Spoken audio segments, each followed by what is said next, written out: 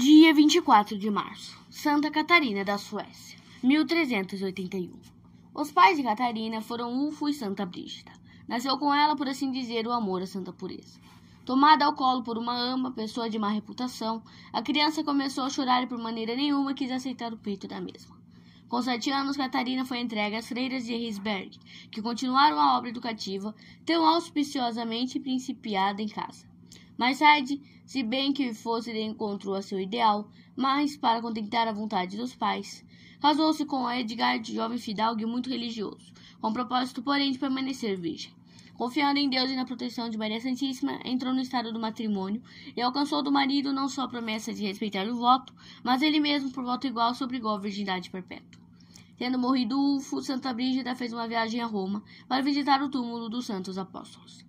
Pouco tempo depois, Catarina, desejando imitar o exemplo da mãe, pediu e obteve o consentimento do marido para fazer a mesma romaria. Chegando à capital da cristandade, não encontrou mais a mãe, que já tinha partido para Bolonha. Catarina dirigiu-se para lá e ambas voltaram para Roma.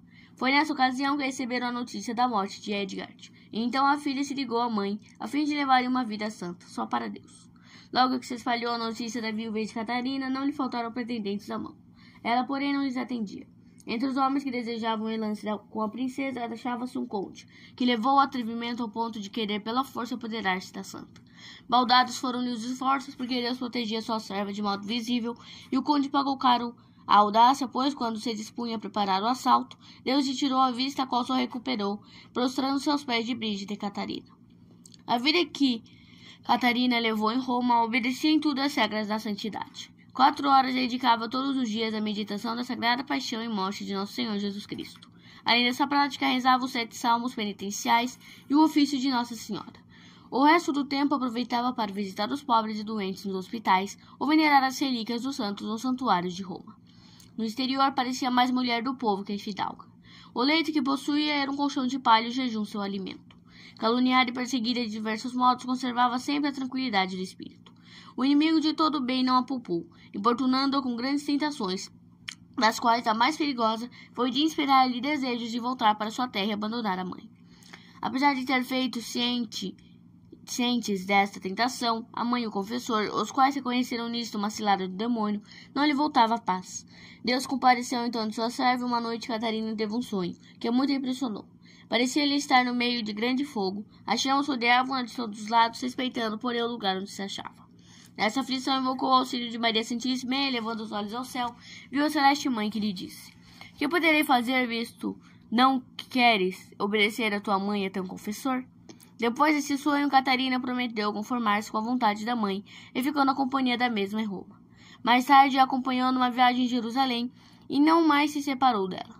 Santa Brígida morreu em Roma e o corpo, com muitas outras relíquias, foi levado pela filha para a Suécia e depositado na igreja num convento. Numerosos foram os milagres que Deus fez por intercessão da Santa Brígida. O rei, de acordo com os conselhos civis e eclesiásticos, resolveu então requerer da Santa Sé a canonização da falecida, e pareceu-lhe que ninguém mais apto poderia ser encontrado para entregar a petição que a filha da grande santa. Catarina, de fato, foi a Roma, mas não conseguiu o que desejava, devido às circunstâncias desfavoráveis da época, e só mais tarde a canonização da mãe se pôde realizar. Catarina voltou para o convento, dedicando-se unicamente às obras de piedade e caridade. O organismo, depauperado pela penitência, pelo jejum e pelas viagens fatigantes, começava-lhe a reclamar o merecido descanso. Catarina, notando o desfalecimento das forças, preparou-se para a chegada do divino esposo.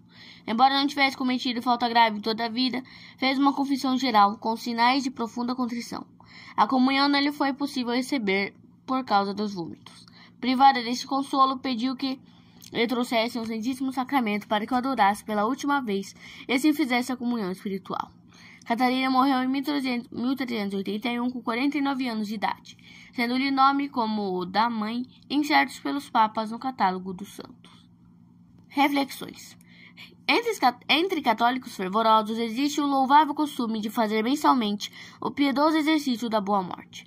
Para isso se escolhe um dia em que se possa tratar detalhadamente dos negócios da alma. Medita-se sobre a morte, examina-se a consciência, como se fosse para em breve comparecer perante o eterno juiz. Faça uma confissão mais minuciosa e reserve-se a sagrada comunhão, se possível for. É utilíssima esta prática, considerada como uma das mais acertadas para termos uma santa e tranquila morte. A santa cuja festa hoje comemoramos era muito dada a esse exercício e grande lucro espiritual dele auferia. De fato, como deve ser doce e suave morrer, quando se tem a certeza de estarem em ordem os negócios da alma.